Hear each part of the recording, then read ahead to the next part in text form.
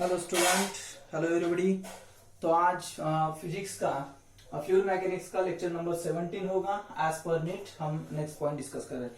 तो previous lecture में हमने क्या स्टडी किया है कि विस्कोसिटी क्या है and Newton's law of viscosity. तो विस्कोसिटी और न्यूटन्स लॉ ऑफ विस्कोसिटी, उसके कंडीशंस हमने देखे। तो यहाँ पर जब कोई हम सपोज कि विस्कोसिटी में हमने क्या देखा कि जब फ्लूइड ट्रैवल्स हो रहा है, उसके ऊपर अलग अलग लेयर, उसके ऊपर से ट्रैवल्स हो रहा है, विस्कोसिटी हमने देखी। उसके अपोजिट लगने वाला एक फ्रिक्शन फोर्स भी हमने देखा। या फ्लूइड में अगर कोई ऑब्जेक्ट हम डालते तो उसके भी ऊपर क्या होगा, एक फोर्स उसके अपोजिट फोर्स काम करेगा। स्ट्रेस में वगैरह एक्सेट्रा, इलास्टिसिटी में भी हमने ऐसे स्टडी किया था। तो यहाँ पर भी हम वैसे स्टडी करने वाले हैं कि अगर हम पानी में तैर रहे, नदी में हो या कोई स्विमिंग पूल में वगैरह, तो जब हम ट्रैवल्स होते हैं उसमें तैर रहे, तो एक अपोजिट फोर्स काम करेगा जो स्पीड से आपको आगे नहीं जाने नहीं देगा। तो ये देखा। उसके बाद एक एग्जांपल देखा था, हम हनी का एग्जांपल देखा था, जिसकी विस्कोसिटी ज्यादा है तो उसकी वेलोसिटी उस ऑब्जेक्ट में जो विस्कस ड्रैग है या विस्कस फोर्स है, उसकी जो विस्कस फोर्स है वो कम लगेगा। ये अलग अलग कंडीशंस हमने पिछले लेक्चर में देखे थे। तो आज के लेक्चर में हमें क्या देखना है, एक्चुअली स्टोक्स लॉ क्या है। वो जो फोर्स होता है, अगर मूविंग बॉडी कोई लिक्विड में ट्रैवल्स हो रही है, मूविंग बॉडी ट्रैवल्स हो रही है, तो उसके ऊपर जो फोर्स लगेगा वो फोर्स कितना होगा, उस ऑब्जेक्ट के ऊपर कितना फोर्स होगा, या अलग अलग कंडीशंस इस लेक्चर में हम देखेंगे कि स्टोक्स लॉ ने बताया कि एक्चुअली वो फोर्स कितना होगा।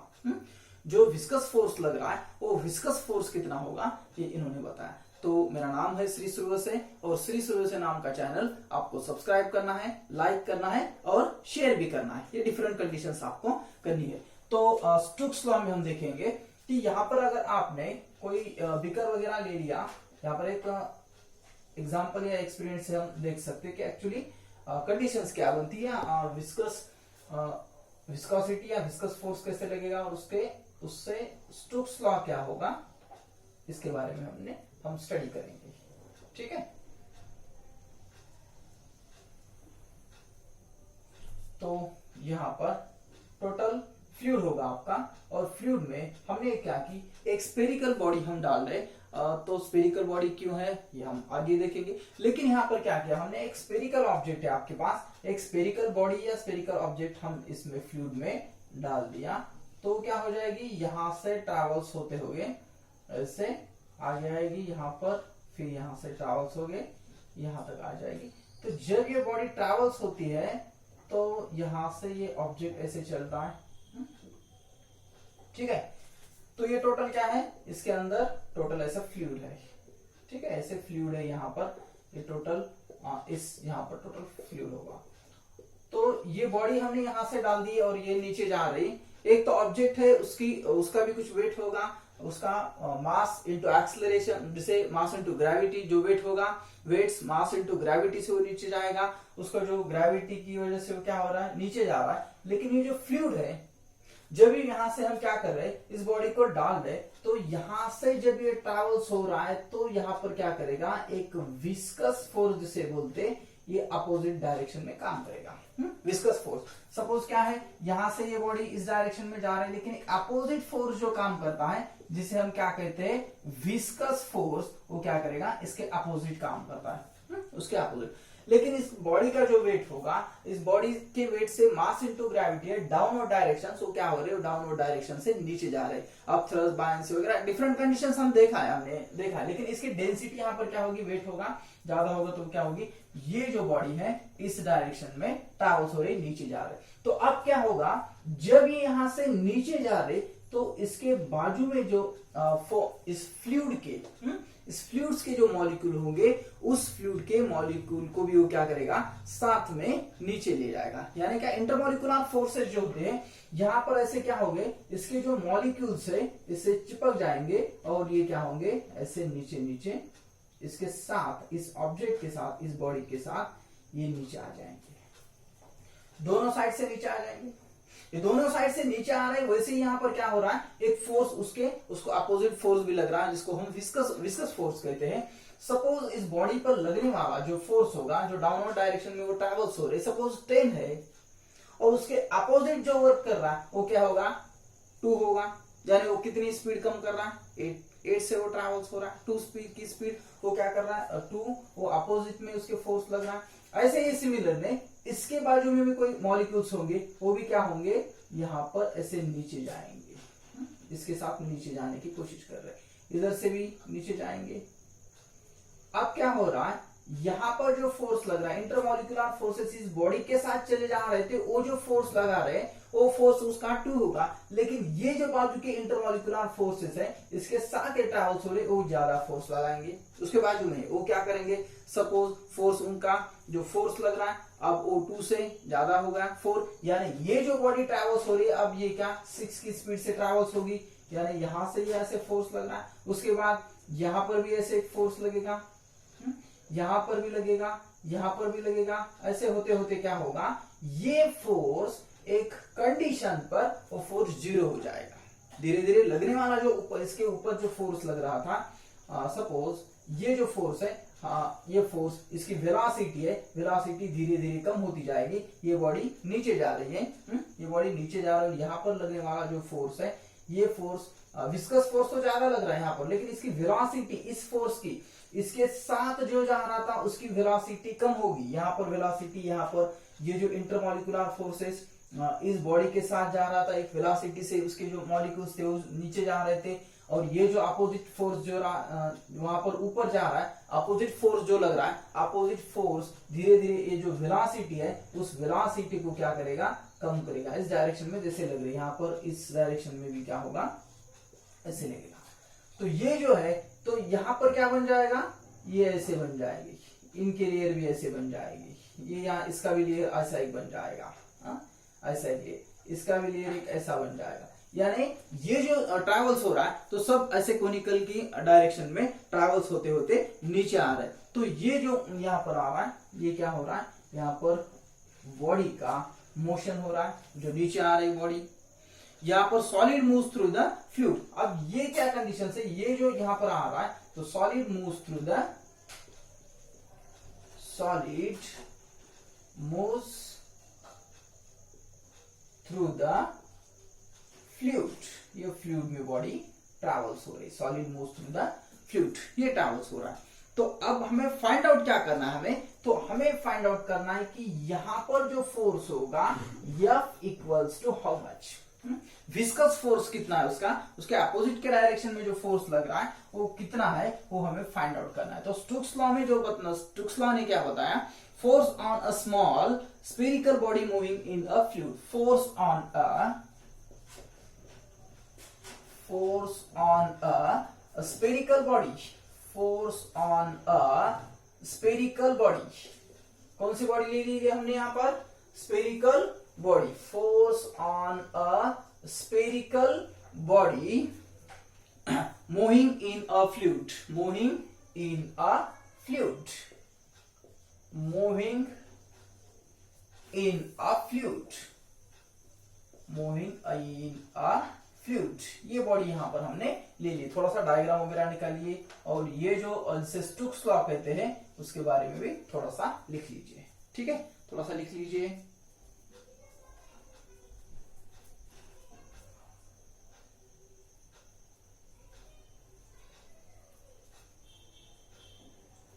लिख लिया पूरा, लिख लिया, ठीक है। तो हम देखेंगे अब यहां पर The viscous force of moving body inside a fluid depends upon, जब viscous force लग रहा है यहां पर, तो viscous force जो लगेगा इसके अपोजिट डायरेक्शन में जो फोर्स काम कर रहा है, viscous force कौन कौन सी कंडीशंस पर डिपेंड रहता है, viscous force on a moving body, ये जो बॉडी मूविंग हो रही है उसमें moving body inside a fluid depends upon, कौन कौन सी कंडीशंस पे डिपेंड होगा। तो फर्स्ट कंडीशंस हम यहां पर बता सकते हैं, विस्कस फोर्स डिपेंड अपॉन, क्या डिपेंड ऑन भी बोल सकते हैं आप, depend on viscous force on या on a moving body, viscous force जो लग रहा है और जो कंडीशंस है कौन कौन सी कंडीशंस डिपेंड होगी, तो मैं बताता हूं। फर्स्ट कंडीशंस क्या होगी, shape and size, shape and size of a body, shape and size of a body या ऑब्जेक्ट। जब विस्कस फोर्स यहां पर लग रहा है तो बॉडी क्या शेप क्या होगा, साइज क्या होगी। जैसे बॉडी की साइज या कोनिकल होगी तो फोर्स कम लगेगा, बॉडी वेलोसिटी से ज्यादा ट्रेवल्स होगी। अगर ऑब्जेक्ट अलग अलग कंडीशंस में होगा, कोनिकल होगा, कुछ अलग होगा, स्पेरिकल होगा, तो उसपे लगने वाला जो फोर्स होगा shape and size of body. दूसरी कंडीशंस क्या है, तो moving body, speed of body, speed of body, speed of body. जैसे मैंने बताया कि शेप और साइज, शेप और साइज जैसे होंगे उसके निर्भर क्या होगी, उसकी स्पीड रहेगी। अगर जो कंडीशंस है उसके ऊपर ये क्या होगी, स्पीड होगी। अगर कोनिकल है तो क्या होगा, स्पीड से ज्यादा ट्रैवल्स हो जाएगा। उसका शेप अगर इस डायरेक्शन में है तो ज्यादा स्पीड से, इस डायरेक्शन में अलग होगा, इस डायरेक्शन में डिफरेंट स्पीड हो सकती है उसकी। उसके शेप और साइज के निर्भर क्या होगी, उसकी स्पीड ऑफ बॉडी होगी। दूसरी और एक कंडीशंस क्या है, तो स्पेरिकल बॉडी में यहां पर viscosity of a fluid, viscosity of a fluid, viscosity of a fluid, viscosity of a fluid। तो विस्कोसिटी उसकी क्या है, उसके ऊपर भी ये रहेगा। यानी ज्यादा से ज्यादा अगर विस्कोसिटी होगी, जैसे हम एग्जांपल देखा कि शहद में उसकी विस्कोसिटी अगर ज्यादा होगी तो स्पीड क्या हो जाएगी, उस मूविंग बॉडी की कम हो जाएगी, उस बॉडी की स्पीड कम होती है। तो ये जो है विस्कोसिटी के डिपेंड भी क्या होगी, इस मूविंग बॉडी के फ्लूइड में जब बॉडी ट्रैवल्स होती है तो ये डिपेंड कंडीशंस होगी कि उसकी विस्कोसिटी कितनी है। तो यहाँ पर उन्होंने अलग अलग बॉडी के लिए अलग अलग एग्जांपल्स फोर्स बताए, लेकिन हम यहाँ पर क्या ले रहे हैं, यहाँ पर हमने स्पेरिकल बॉडी ले ली। यहाँ पर क्या की, स्पेरिकल बॉडी ली। तो स्पेरिकल बॉडी में कंडीशंस क्या क्या होती है, स्पेरिकल बॉडी जब ट्रैवल्स हो रही है तो उसमें क्या होगी, वो कंडीशंस मैं आपको बता रहा हूँ। कि यहाँ पर हमने क्या एग्जाम्पल लिया, स्टोक्स लॉ ने क्या बताया कि force on a spherical body on moving in a fluid, moving in a fluid. जब ये बॉडी ट्रैवल्स हो रही है, बॉडी कौन सी है आपकी, तो spherical body moving in a fluid, spherical body ले ली हमने। तो spherical body inside a fluid viscous force depend upon. जब ये स्पेरिकल बॉडी इस फ्लूइड में मूविंग हो रही है तो मूव होते समय viscous force depends upon, viscous force कौन कौन सी कंडीशंस पर डिपेंड होगा। हाँ, यहां पर ध्यान में रखिए। अब क्या बोल रहा हूं मैं, विस्कस फोर्स, विस्कस फोर्स। लेकिन विस्कस फोर्स किस बॉडी का बोल रहा हूं मैं, स्पेरिकल बॉडी। यहां पर हम बॉडी कौन सी ले रही है, यहां पर हम स्पेरिकल बॉडी ले लेंगे, या स्पेरिकल ऑब्जेक्ट जिसे बोलते हैं, स्पेरिकल ऑब्जेक्ट ले लेंगे। तो कौन कौन से कंडीशंस पर, ये जो स्पेरिकल ऑब्जेक्ट है इस पे लगने वाला है, यहां पर उसकी रेडियस आर होगी, उसकी रेडियस आर होगी। यानी रेडियस ऑफ स्फीयर, ये जो स्फीयर होगा आपका, फर्स्ट कंडीशन होगी radius of sphere, radius of sphere. Radius बढ़ेगी तो उसके विस्कस फोर्स पर उतना उसका जो असर है वो दिखाई देगा आपको। रेडियस ऑफ स्फीयर ये होगा आपका। दूसरी कंडीशंस क्या है, दूसरी कंडीशंस यहाँ पर स्पीड ऑफ स्फीयर या वेलोसिटी ऑफ स्फीयर। ये जब ट्रैवल्स हो रहा है, ये ट्रैवल्स हो रहा है तो उसकी जो स्पीड होगी, speed of sphere, speed of sphere. तो स्पीड ऑफ स्फीयर जो उसकी वेलोसिटी होगी, स्पीड होगी, उसके ऊपर होगा। और जो कंडीशंस सभी जो ऑब्जेक्ट है उसके ऊपर लगेगी, यहां पर भी स्पेरिकल बॉडी के लिए वही कंडीशंस होगी। कौन सी कंडीशन, तो coefficient of viscosity, coefficient of viscosity, coefficient of viscosity, coefficient of viscosity यानी ईटा, कोएफिशिएंट ऑफ विस्कोसिटी उसके ऊपर भी निर्भर रहेगा। विस्कोसिटी उसकी कोएफिशिएंट ऑफ विस्कोसिटी ज्यादा होगा तो उसकी जो स्पीड है वो कम होगी। ये जो डिफरेंट कंडीशंस है विस्कस फोर्स या स्पेरिकल बॉडी में जब ये मूव हो रहे तब कंडीशंस ये आपके लागू हुई। तो अब यहाँ पर हम कंडीशंस देख रहे हैं कि जो फोर्स है, फोर्स हम बता रहे कि radius of sphere, radius of force. अब विस्कस फोर्स या F to the base we लिख रहा हूं मैं, यानी क्या, विस्कस फोर्स। विस्कस फोर्स हमें पता नहीं कि डायरेक्टली प्रोपोर्शनल है या इनवर्सली प्रोपोर्शनल हो, उसका कंडीशन है फोर्स के साथ उसका रिलेशन क्या है, यानी रेडियस बट इनवर्स के है फोर्स के या डायरेक्टली प्रोपोर्शनल है, ये कंडीशन। तो हमने सपोज यहां पर देख लिया कि फोर्स, इसको हम सॉल्व कैसे करेंगे कि फोर्स इज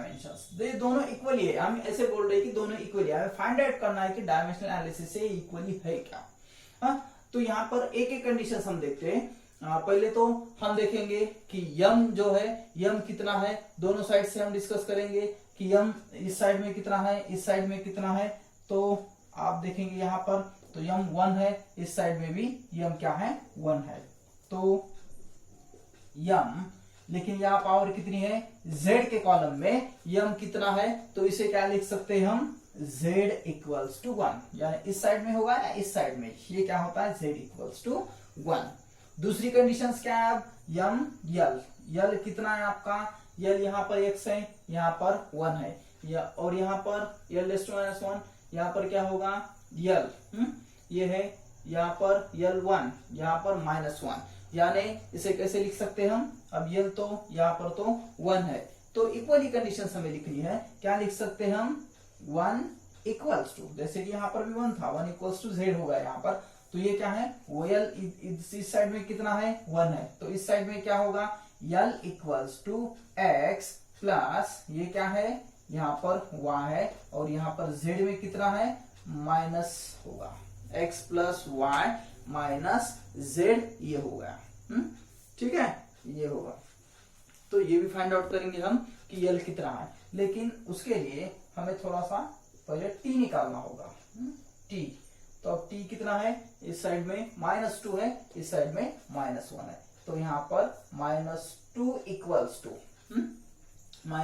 इक्वल्स टू, अब यहाँ पर -1 है, यहाँ पर -1 और यहाँ पर -z में, तो ये कितना हो जाएगा, यहाँ पर हो जाएगा पहले तो यहाँ पर -y होगा, और z कितना है आपका, z तो आपको मिल जाएगा, यहाँ पर z1 है, तो t⁻⁻1 यानी यहाँ पर कितना है z कितना है आपका -1 है, या अगर आप यानी यहाँ पर -z भी लिखा तो कितना हो रहा है वो -1, तो ये हो जाएगा आपका -1, नाउ इक्वल्स टू, अब ये जो +2 है यहाँ पर -2, यहाँ पर +2 हो जाएगा, ये कितना हो जाएगा +y हो जाएगा, y इक्वल्स टू 2 - 1 यानी y equals to 1।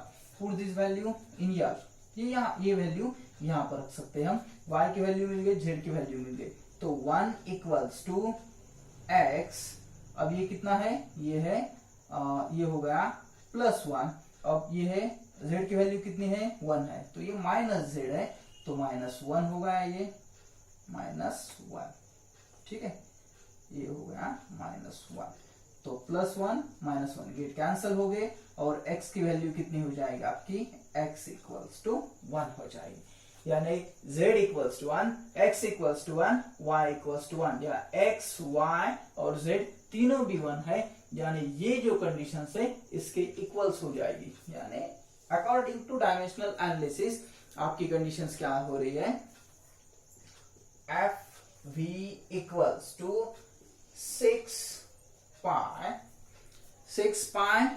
Are V eta, या इसको आप ऐसा भी लिख सकते हैं F V equals to 6 pi eta R V. फिर से आप बोलोगे कि सर ये तो बाकी के समझ में आ गया, ये 6 पाई कहां से आ गया, तो ये जो k की वैल्यू है उन्होंने 6 पाई ले ली, k इज अ कांस्टेंट और उसकी वैल्यू 6 पाई ले, तो इससे हम पता कर सकते हैं कि एक्चुअली ये रिलेशन क्या है, स्टोक्स लॉ ने क्या बताया, तो ये जो फोर्स होगा स्फेरिकल बॉडी पर लगने वाला ये जो फोर्स है, ये फोर्स आपका वो फोर्स हो जाएगा, ये जो है ये फोर्स हो जाएगा, ठीक है यहां तक आपके समझ में आ गया होगा, and this is called Stokes law, और ये जो कंडीशंस है this is law, this law is called as Stokes law, this law is called as Stokes law, law is called as Stokes law। आगे आपके ध्यान में यहाँ पर था एक सिंपल सा डेरिवेशन है स्टोक्स लॉ का, और यहाँ पर और एक कंडीशन स्टोक्स लॉ एंड जिसे टर्मिनल वेलोसिटी कहा जाता है, एक के साथ एक ही लेक्चर में होना चाहिए, लेकिन छोटे छोटे लेक्चर आपके लिए मैं बनाता हूं जिससे आपके देखने के लिए आसान से हो जाएंगे और आप अलग अलग कंडीशंस ठीक से देख सकोगे। तो ये आज के लिए इतना ही लेक्चर काफी है। स्टोक्स लॉ आपका पूरा ध्यान में आया होगा, ठीक से देखिए, और टोटल स्टोक्स लॉ ध्यान से जो डायमेंशनल एनालिसिस वगैरह कंडीशन है वो आपके जो प्रीवियस लेक्चर उसके पहले सर ने वगैरह ले लिए होंगे डायमेंशनल एनालिसिस के बारे में वगैरह, या मेरे कुछ लेक्चर्स होंगे तो उसमें मैंने बताया था कि डायमेंशनल एनालिसिस एक्चुअली कैसे फाइंड आउट वगैरह किया जाता है। तो यहाँ तक आपके समझ में आया होगा, यहाँ पर हम रुकते हैं। Okay bye.